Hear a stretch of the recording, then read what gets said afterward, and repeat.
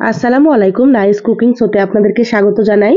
আজ আপনাদের সঙ্গে শেয়ার করব একই ভিডিওতে সহজভাবে আলু পরোটা ও ছোলার ডালের রেসিপি। খেতে ভীষণ ভালো লাগে আর বানানো তো খুবই সহজ। তো অবশ্যই আপনারা স্কিপ করবেন না, পুরো রেসিপি দেখে নেবেন। আশা করছি খুবই ভালো লাগবে রেসিপিগুলো আপনাদেরকে। তো চলুন কথা না বাড়িয়ে রেসিপি শুরু করি। প্রথমে আলু পরোটা বানানোর জন্য মিক্সিং বলে নিয়ে নিচ্ছি ময়দা। তো এখানে আমি 2 কাপ পরিমাণে ময়দা নিয়ে নিলাম।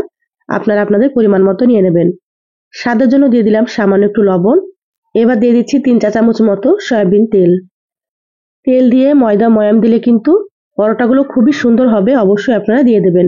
এবার আমি হাত দিয়ে সুন্দর করে একটু সময় নিয়ে ময়দা ময়াম দিয়ে নেব। এইভাবে আপনারা একটু ডলে ডলে ময়াম দিয়ে নেবেন। সুন্দর করে ময়াম দিয়ে নিয়েছি। এবার আমি নর্মাল পানি দিয়ে মেখে নিচ্ছি। আপনারা কিন্তু অল্প অল্প পানি দিয়ে মেখে নেবেন, প্রথমে খুব বেশি পানি দিতে যাবেন না, তাহলে ময়দা নরম হয়ে যাবে। পরোটা বানানোর জন্য কিন্তু ময়দা খুব বেশি নরমও হবে না বা খুব বেশি শক্ত হবে না। দেখুন আমি কিভাবে মেখে নিচ্ছি। দেখুন ময়দা খুব ভালো মতো মেখে নিয়েছি, এরকম একটু সফট করে মেখে নিতে হবে। এবার ঢাকা দিয়ে আমি 10 মিনিটের জন্য সাইডে সরিয়ে রেখে দিচ্ছি। এবার এখানে দেখুন মিক্সিং বলে নিয়ে নিলাম দুটো বড় সাইজের সেদ্ধ আলু। আলুগুলো আমি আগে থেকে সেদ্ধ করে নিয়েছি। এবার হাত দিয়ে খুব ভালো মতো ম্যাশ করে নিলাম। খুবই সুন্দর করে ম্যাশ করে নিতে হবে যাতে করে আলুতে কোনো গোটা অংশ না থাকে। আলুর মধ্যে দিয়ে দিলাম স্বাদ মতো লবণ, হাফ চা চামচ দিয়ে দিলাম চিলি ফ্লেক্স, দিয়ে দিলাম হাফ চা চামচ ম্যাগি মশলা, আর ভাজা জিরার গুঁড়ো দিয়ে দিলাম হাফ চা চামচ। এখানে একটা পেঁয়াজ বেরেস্তা করে নিয়েছিলাম, পেঁয়াজ বেরেস্তাটাও দিয়ে দিলাম। আপনারা এখানে কাঁচা পেঁয়াজ ব্যবহার করবেন না, বেরেস্তা দিয়ে দেবেন। আর দিয়ে দিলাম এখানে কিছুটা পরিমাণে ধনিয়া পাতা কুচি। আলুর মধ্যে হাফ চা চামচ ঘি দিয়ে দিলাম, তারপরে খুব ভালোভাবে মেখে নিয়েছি। ঘিটা দিলে পুরটা খেতে খুবই ভালো লাগে, আপনারা অবশ্যই একটু দেওয়ার চেষ্টা করবেন।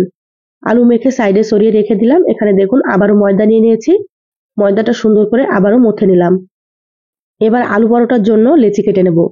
লেচিগুলো খুব বেশি ছোট হবে না, একটু বড় সাইজ করেই কেটে নিতে হবে। আলু পরোটা যেহেতু একটু মোটা হয়, সেজন্য আপনারা একটু লেচিটা বড় করে নেবেন। দেখে বুঝতে পারছেন এখানে আমার 2 কাপ ময়দা থেকে 6টা হয়েছে। এখানে দেখুন একটা লেচি নিয়ে নিয়েছি, সুন্দর করে একটু গোল করে নিয়েছি। এবার হাত দিয়ে এভাবে করে একটু বাটির মতো করে নেব। এটা খুবই সহজ, দেখে হয়তো বুঝতে পারছেন আপনারা। এইভাবে সুন্দর করে একটু চওড়া করে নিতে হবে। এবার দিয়ে দিচ্ছি আলুর পুর। তো এখানে আমি একটু বেশি করে আলুর পুর দিয়ে দেবো, তাতে করে পরোটাগুলো খেতে খুবই ভালো লাগবে। তো এখানে আমি 2 টেবিল চামচ মতো দিয়ে দিলাম। এবার সুন্দর করে এটাকে কভার করে নিতে হবে যাতে করে আলুর পুরটা বাইরে বেরিয়ে না চলে আসে। আপনারা হয়তো দেখে বুঝতে পারছেন আমি কিভাবে করে নিচ্ছি। আপনারাও কিন্তু এভাবে সুন্দর করে কভার করে নেবেন। এটা রেডি হয়ে গিয়েছে, প্লেটে রেখে দিলাম। আবারও আপনাদেরকে একটা আমি তৈরি করে দেখাচ্ছি। আপনারা দেখুন, তাহলে বুঝতে পারবেন কিভাবে এটা রেডি করে নিতে হবে। তো প্রথমে আমি আলুর পুরগুলোকে এভাবে করে রেডি করে নেব, তারপরে বেলে নেব। যারা ভিডিওটি ইউটিউব চ্যানেল থেকে নতুন দেখছেন, প্লিজ চ্যানেলটা সাবস্ক্রাইব করে চ্যানেলের সাথেই থাকবেন। যারা ফেসবুক পেজ থেকে ভিডিওটি দেখছেন, একটা লাইক দিয়ে পেজটা ফলো করে রাখবেন পরবর্তী ভিডিও নোটিফিকেশন পাওয়ার জন্য। দেখুন সবগুলো রেডি করে নিয়েছি। এবার একটা লেচি নিয়ে সামান্য একটু ময়দা দিয়ে বেলে নেব। হালকা হাতে বেলে নিতে হবে। এখানে আপনারা কিন্তু খুব বেশি ময়দা দিবেন না, একেবারে সামান্য পরিমাণে দিয়ে দেবেন। দেখুন হালকা হাতে সুন্দর করে বেলে নিচ্ছি। খুব বেশি চাপ দিলে কিন্তু আলুর পুর বাইরে বেরিয়ে চলে আসবে। এইভাবে একটু মোটা রেখে বেলে নিতে হবে। দেখুন বেলা হয়ে গিয়েছে এটা। এবার পরোটাগুলোকে ভেজে নিতে হবে। তো প্রথমে আপনারা একটা করে বেলে নেবেন, তারপরে ভেজে নেবেন। গ্যাসে একটা ফ্রাই প্যান দিয়ে দিলাম। এবার একটা পরোটা দিয়ে উল্টে পাল্টে একটু সেঁকে নিচ্ছি। এইভাবে প্রথমে আপনারা পরোটাটাকে একটু সেঁকে নেবেন, তারপরে কিন্তু এখানে তেল ব্যবহার করবেন। আর পরোটা কিন্তু আপনারা বেলে রাখবেন না, বেলে রাখলে কিন্তু পরোটাগুলো নরম হয়ে যাবে, যেহেতু ভেতরে আলুর পুর দেওয়া আছে। এখানে আমি 1 চা চামচ মতো সয়াবিন তেল দিয়ে দিলাম। তেল দেওয়ার পরে দেখবেন পরোটাটা খুব সুন্দর মতো ফুলে যাবে। অনেকে হয়তো আলুর পরোটা আপনারা তৈরি করেন, পরোটাগুলো কিন্তু ফোলে না, আলুর পুর বাইরে বেরিয়ে চলে আসে। তো আমার রেসিপিটা ফলো করে তৈরি করবেন, দেখবেন আপনাদেরগুলোও কিন্তু খুবই সুন্দর হবে। দেখুন পরোটাটা কত সুন্দরভাবে ফুলেছে। তো এই পরোটাটা ভাজা হয়ে গিয়েছে, তুলে নিলাম। বাকি সবগুলো একইভাবে ভেজে নেব। দেখুন আবারও একটা পরোটা দিয়ে দিলাম। আপনাদেরকে আবারও একটা ভেজে দেখাচ্ছি। উল্টে পাল্টে একটু সেঁকে নিয়েছি। এবার আমি দিয়ে দেবো এখানে সয়াবিন তেল। এই পরোটাগুলো ভাজতে কিন্তু খুব বেশি তেলের প্রয়োজন হয় না, হালকা একটু তেল দিয়ে দেবেন। আর প্রত্যেকটা পরোটাই কিন্তু একেবারে বলের মতো ফুলবে। আর পরোটাগুলো আমি খুব বেশি লালচে করছি না, হালকা একটু লালচে করে ভেজে নিচ্ছি।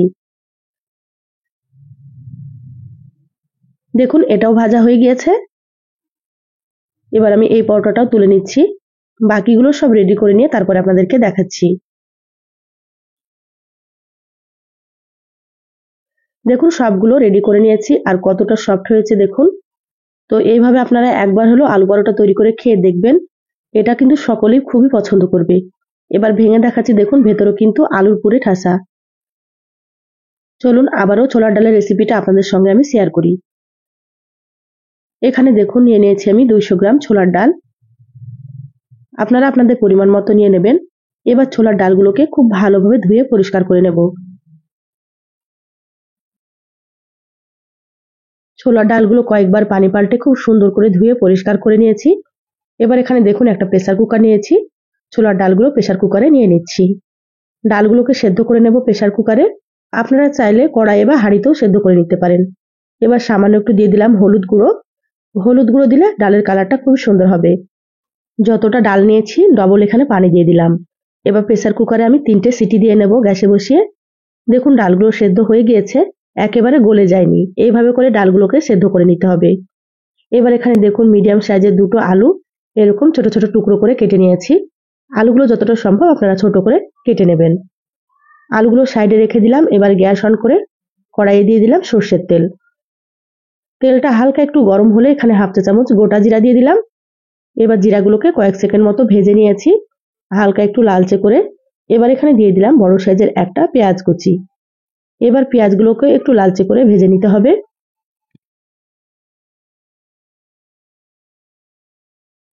পেঁয়াজগুলো হালকা লালচে করে ভেজে নিলাম, এইভাবে ভেজে নিতে হবে। এবার এখানে দিয়ে দিচ্ছি 1 টেবিল চামচ মতো আদা এবং রসুন বাটা।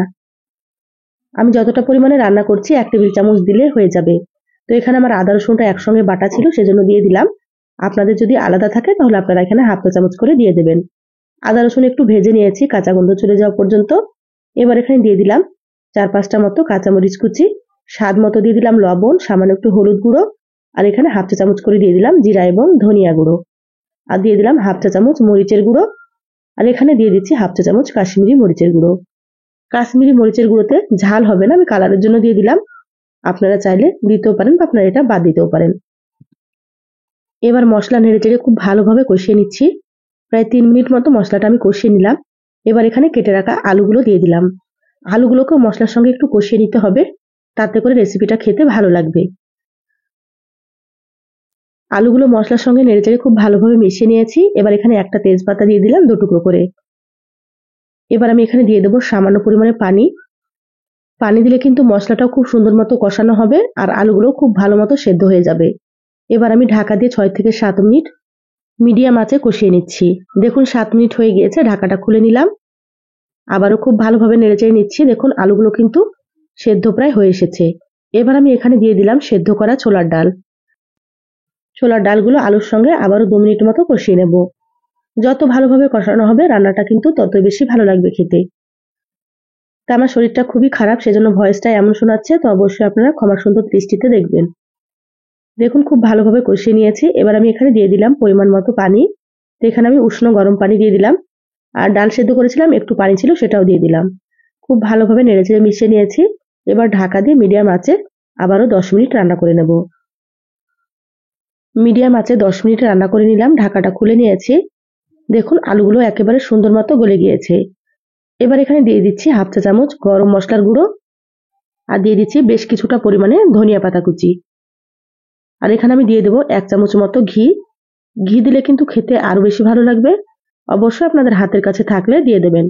এবার সমস্ত খুব ভালোভাবে নেড়েচেড়ে মিশিয়ে নেব। দেখুন খুব ভালোভাবে নেড়েচেড়ে মিশিয়ে নিলাম, রান্না হয়ে গিয়েছে। গ্যাস বন্ধ করে দিলাম। ঢাকা দিয়ে 2 মিনিট রেখে তারপরে দেখাচ্ছি। দেখুন 2 মিনিট পর বলে ঢেলে নিচ্ছি। ডাল আপনারা এরকম একটু পাতলা করে রান্না করবেন, কারণ ছোলার ডাল নামানোর পরে অনেকটাই ঘন হয়ে যায়। সেজন্য আপনারা চুলা থেকে নামানোর আগে হালকা একটু পাতলা করেই রান্না করবেন। দেখুন কতটা সুন্দর হয়েছে, খেতেও কিন্তু ভীষণ ভালো লাগে। আলু পরোটা দিয়ে কিন্তু খুবই ভালো লাগবে। অবশ্যই আপনারা রেসিপিগুলো তৈরি করে খেয়ে দেখবেন। সবাই ভালো থাকবেন, সুস্থ থাকবেন। ধন্যবাদ সবাইকে। আল্লাহ হাফেজ।